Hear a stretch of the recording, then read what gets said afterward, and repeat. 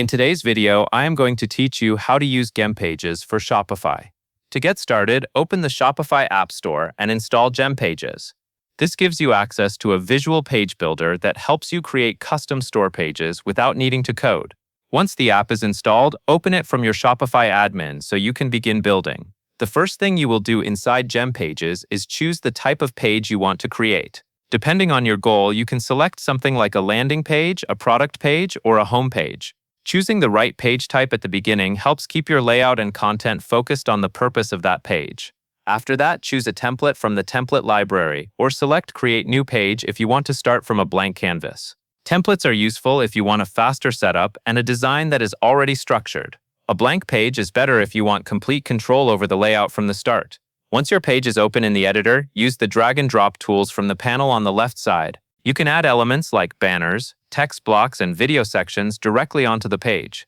This makes it easy to build your layout visually and move things around until everything looks the way you want. Next, add Shopify-specific elements such as product lists, price sections, and cart buttons.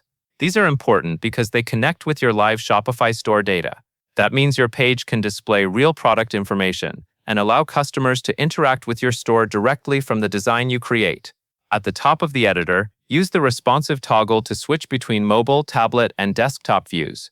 This lets you customize how the page looks on different screen sizes. It is a good idea to check each view carefully so your design stays clean and easy to use on every device. Then go to the Design tab to configure styles. Here you can adjust things like margins, colors, and fonts. This is where you refine the visual appearance of the page and make sure it matches your brand. As you work, click Save to keep your current progress. This helps prevent losing any changes while you are editing. When everything looks right, click Publish to sync the design to your Shopify store. This makes your page live and ready for visitors. That covers everything you need to know.